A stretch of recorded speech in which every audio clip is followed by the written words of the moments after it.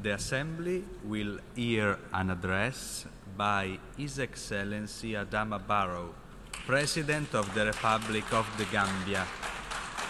I request protocol to escort His Excellency.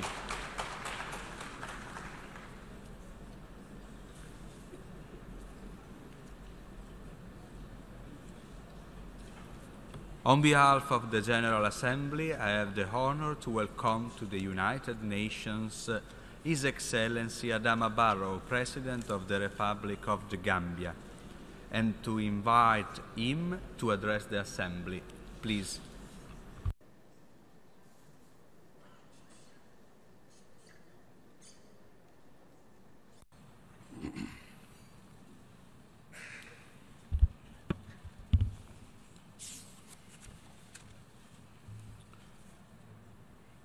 Mr. Secretary General, Madam President, Your Majesties, distinguished heads of state and government, ladies and gentlemen, all praise is due to the Almighty Allah for granting us the favor of gathering in this august assembly once again to discuss and advance our common global agenda.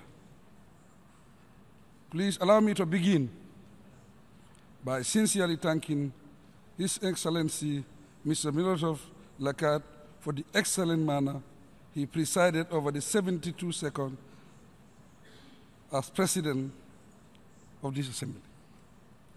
By the same token, I congratulate you, Madam Maria Graces, on your assumption of the presidency of the 73rd session. I assure you that, as one of your vice presidents, the Gambia pledges its full support and cooperation during your tenure of office. Madam President, the theme for the 73rd session, making the UN relevant to all people, global leadership and shared responsibilities for peaceful, equitable, and sustainable societies, is indeed very relevant in today's global affairs. By implication, the pursuit of the UN's mission for peace, development, human rights also remains as relevant today as it was in 1945 when it was adopted in response to the horrific experiences and destructions during that gloomy era. Amid the complex multilateral challenges that continue to confront us globally, no country can strive or solve all its challenges in isolation.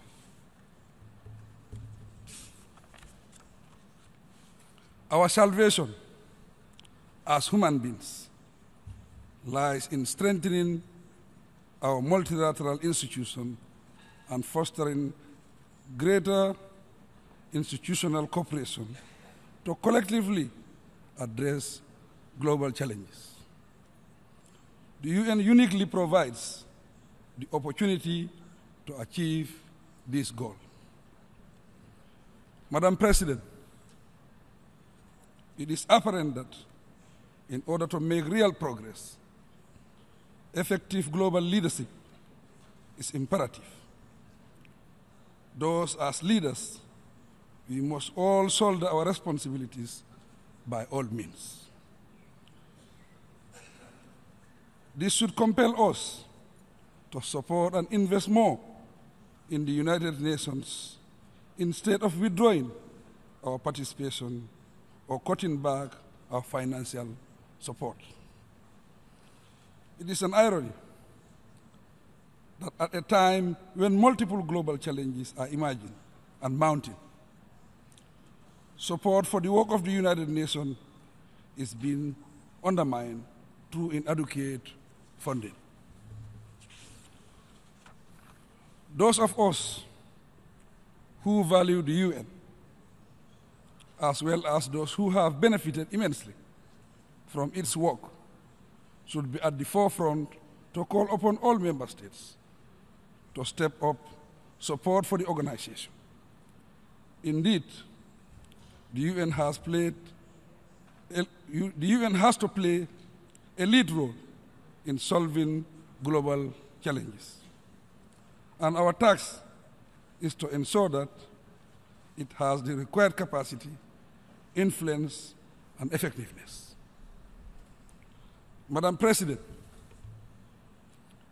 decisions and actions rooted in our rules-based international system that is underpinned by multilateral agreements and processes from the basis for the successful conduct of relations between and among nations.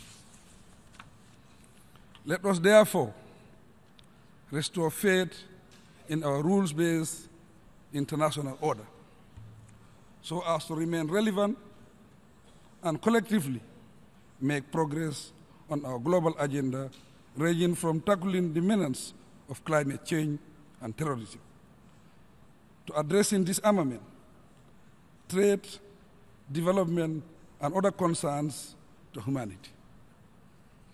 Madam President, I am confident that it is only through effective global leadership and effective international cooperation that the well-being of all of the world's citizens can be achieved. As leaders, we have the shared responsibility to promote a world order that prioritizes peace over insecurity. A world order that eliminates the growing inequalities around the world. A world order that brings us sustainable development. Madam President, with reference to the Gambia, and following a difficult political impasse in December 2016, Gambians have managed, with the support of our partners, to restore democracy and the rule of law in our country. We have completed our national electoral process in full after successfully conducting both legislative and local government elections. We are also resolutely pursuing institutional and constitutional reforms. Such reforms have commenced with the hope of putting the Gambia on a solid path to becoming a shining champion of democracy and human rights in the world.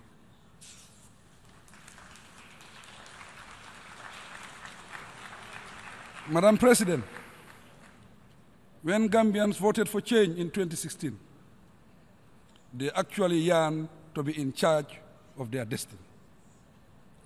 They wanted significant, not cosmetic improvements in their lives. It is for this reason that my government is now implementing a comprehensive national development plan 2018-2021. The plan seeks to transform the Gambia through key priorities such as infrastructural development, agricultural transformation, macroeconomic stability, job creation, and employment.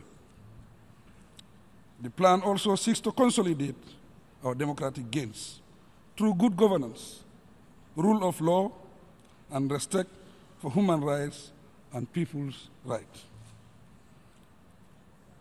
In all, our goal is to deliver a fully transformed Gambia that has a future, a country that is energy secured, food self-sufficient, and an investment-friendly destination.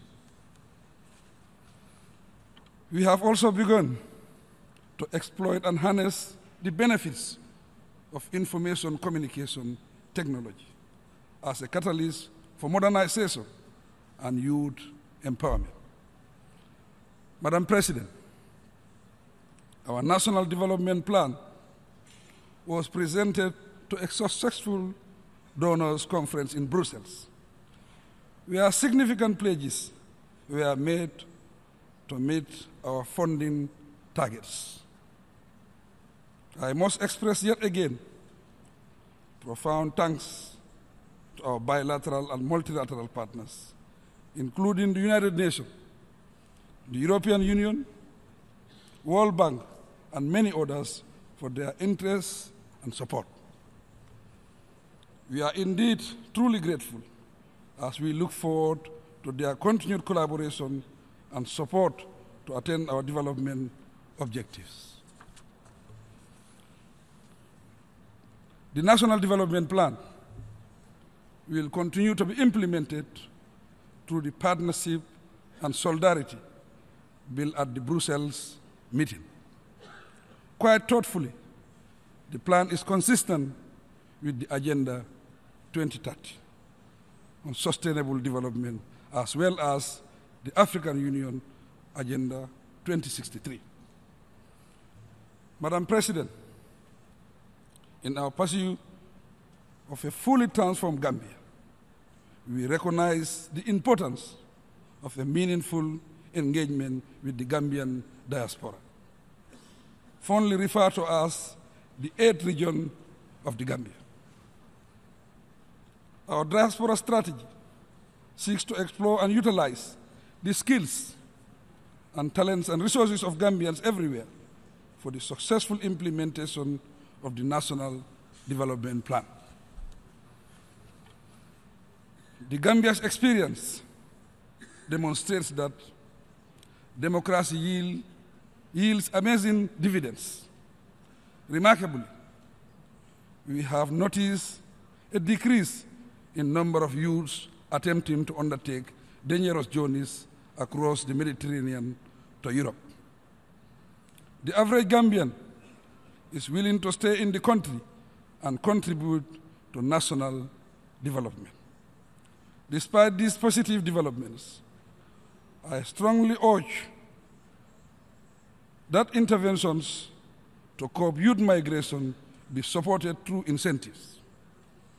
On account of this, we look forward to a high-level conference in Marrakech, Morocco, in December 2018 to adopt the new Global Compact on safe, orderly, and regular migration. Better educational and job opportunities must be harnessed for the youth in order to inspire them and give them hope in life. In this regard, my government stands ready to work collaboratively with the United Nations, the African Union, ECOWAS, and other regional blocs to devise and implement suitable strategies and interventions. Madam President, as a member of the Sahel region, the Gambia fully supports the implementation of the new United Nations support plan for the Sahel, anchored in the United Nations Integrated Strategy for the Sahel, UNIS. We are optimistic that it will contribute significantly to addressing the challenges of development in the Sahel, as well as fostering peace, security, and cross-border relations. We are particularly excited that the new strategy views the Sahel as a land of opportunities and not one of hopelessness. In light of this, we envisage that this strategy will yield important dividends for Africa, especially towards the maintenance of peace and security and the elimination of terrorism in the region. Strategically, we must disrupt all criminal networks and the financing of transhuman crimes through better information sharing and cross-border security initiatives. Madam President, as we battle these negative forces and try to fulfill our aspirations of silencing the gun on the African continent by 2020. We are worried about the state of the United Nations peacekeeping mission in some of our troubled spots, especially in view of the drastic cuts to the peacekeeping budget. The unavailability of the critical resources required to support peacekeeping is quite worrisome.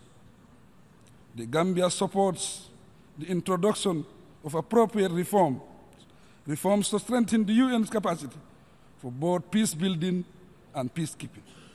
And this should be reconsidered and maintained as important priorities on the organization's agenda. My government proposes that we do better to protect the lives of not only innocent civilians, but also the men and women who constitute the peacekeepers. At this juncture, let me seize this opportunity to pay tribute to all the gallant peacekeepers who have fallen. We call on our partners to rise up to the challenge and stop the protraction of all conflicts. Consequently, we support the Secretary General's agenda for reforms. Madam President, as Africans, we must assume leadership for maintaining peace and security on our continent. In this respect, I commend the leaders of Ethiopia and Eritrea for the extraordinary efforts made to bring lasting peace to the Horn of Africa. They have set an example for the rest of the continent to emulate. In a similar vein, I applaud the leaders of South Sudan for agreeing to restore peace and work towards developing their country. We call on the leaders of Libya and Central African Republic to intensify their efforts through political dialogue for national reconciliation and peace. Madam President, my government reaffirms its strong support for the two-state solution to establish peace between the Palestinians and their neighbors. Related to this, we pronounce our unconditional recognition of the One China policy. Similarly, we recognize the support provided by the government and the people of Bangladesh to address the plight of the Rohingya Muslims. As the upcoming chair of the next OIC summit, the Gambia has undertaken through a resolution to champion an accountability mechanism that would ensure that perpetrators of the terrible crimes against the Rohingya Muslims are brought to book.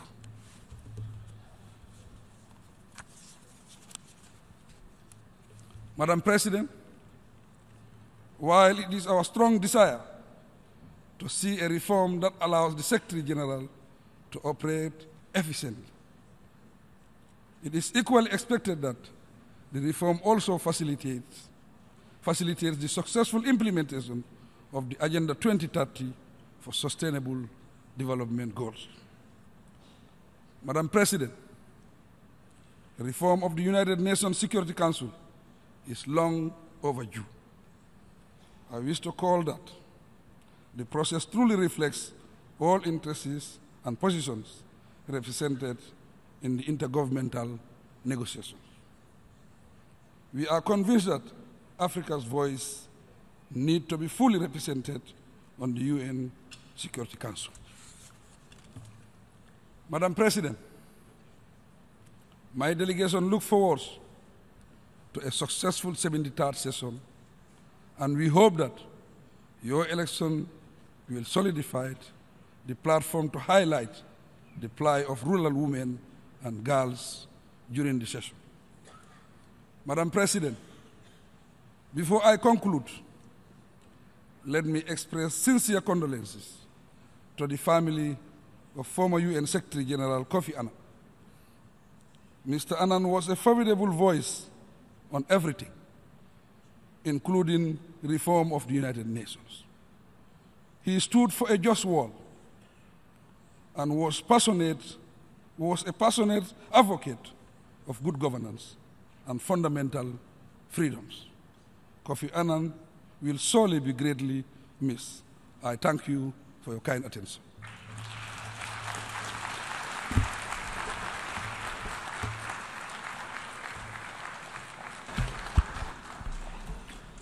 On behalf of the General Assembly, I wish to thank the President of the Republic of the Gambia for the statement just made.